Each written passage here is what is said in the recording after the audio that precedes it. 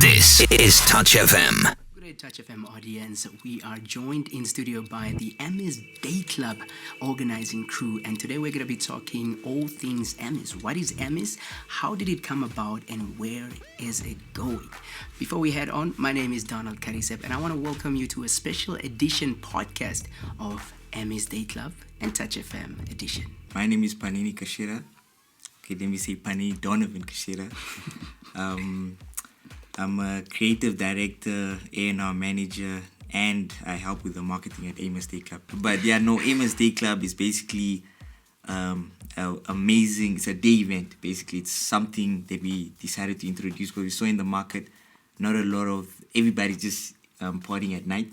So we needed something where people party in the day. Normally it's markets. I think that's the only thing that where people go and party in the day, basically. So Amos Day Club is a party in the day.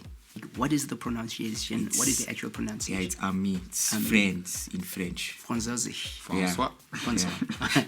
Cheers, guys.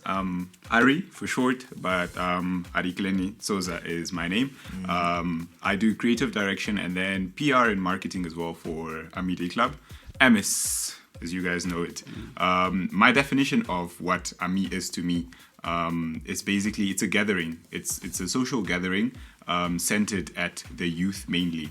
I had a conversation with MC the other day from Touch, and she asked like, do you guys have an age group, an age demographic? And we were like, I said no, because to me it's subjective. You know, it's if you feel like you are a youth, you are a youth.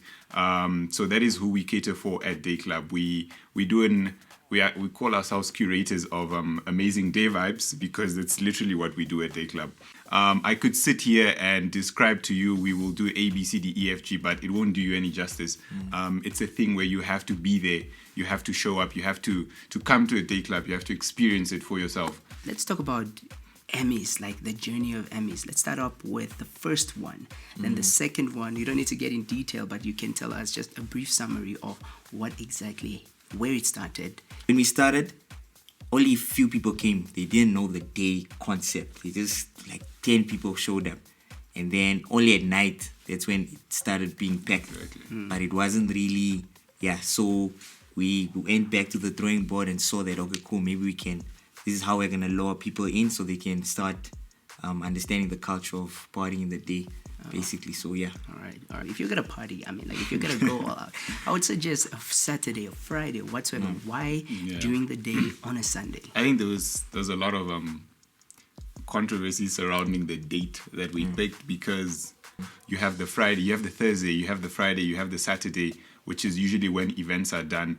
And we thought this is still a weekend day. No one uses this day, and Sundays in essence represented what we were trying to communicate as like who we are as a brand, what we do. It's in the day, it's on a Sunday, you put those things together, you have like a formula for, it's a soft event. So when you ask about the journey as well, that's kind of how it went. Because I think Ami is, in essence, it's like a great story of growth.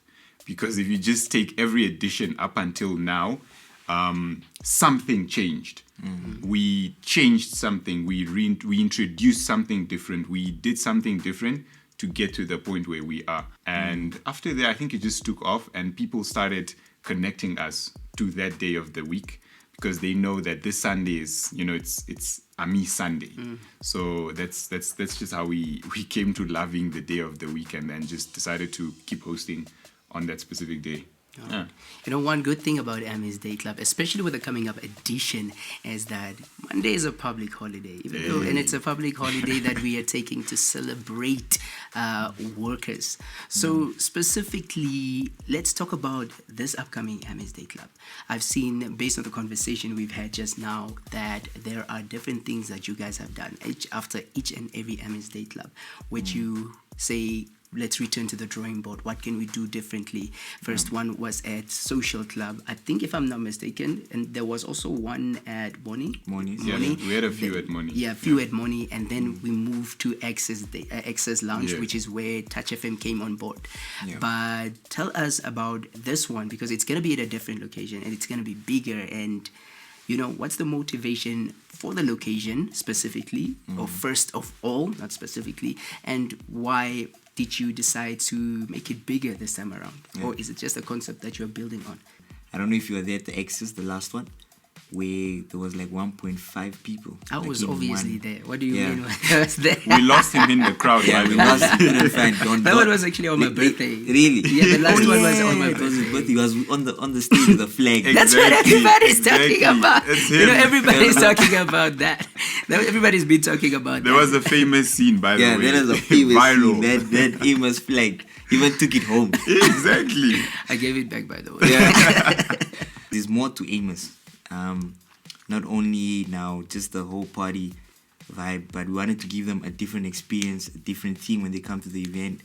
Also with the architecture, like in the event. Also now with the food experience, we also wanna give our day clubbers a different food experience. And also when it comes to the bar, we have Thirst running the bar. Yeah. You guys have been to events where you have gone to the field and it's been done before. So we thought let's also do it a bit differently. So we have the Makalani Hall, which is the biggest eventing hall at the Windhoek Showgrounds, and the exterior as well, which gives us way more space to work with. So it will be different, definitely. Let's talk about like maybe vendors that you might have. Are you expanding it to vendors? Are you looking into, selling stalls for people? So there will be something in the future where we'll be able to involve the community. Smaller businesses as well can participate and so forth.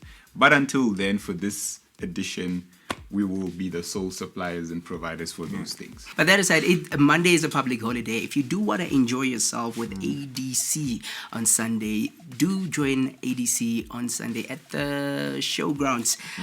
This is Makalani Hall. The Makalani Hall. And the exterior. Yeah. Right. You can also familiarize yourself for the showgrounds. That's also going to be happening later in the year. But that aside, guys, I want to thank you so much for joining me right here on the special edition, the first ever of Touch FM featuring Emmy Day Club. Guys? Always a pleasure. Right. We hope to see All of you guys. a lot of you on Sunday. Yeah. We will disclose more information on our pages, of course. So anyone watching is definitely free to hop on our socials at Ami Day Club. They're free to interact with us on Instagram, on Twitter. They are free to call us and email us. All of these things are linked to our page. So we give direct responses to people every time when they need. So see you guys on Sunday. All right. All right, guys, we're going to end this right here. Stay tuned to Touch 91.7 FM. If you'd like to know ways on which you can get yourself a ticket, or even be that lucky person that wins yourself a ticket on Friday, just stay tuned to Touch FM. But that aside, I'm going to have to call it off right now. This is the special edition of Touch FM's podcast with Senyor Don. Stay tuned. Touch FM. It's everywhere.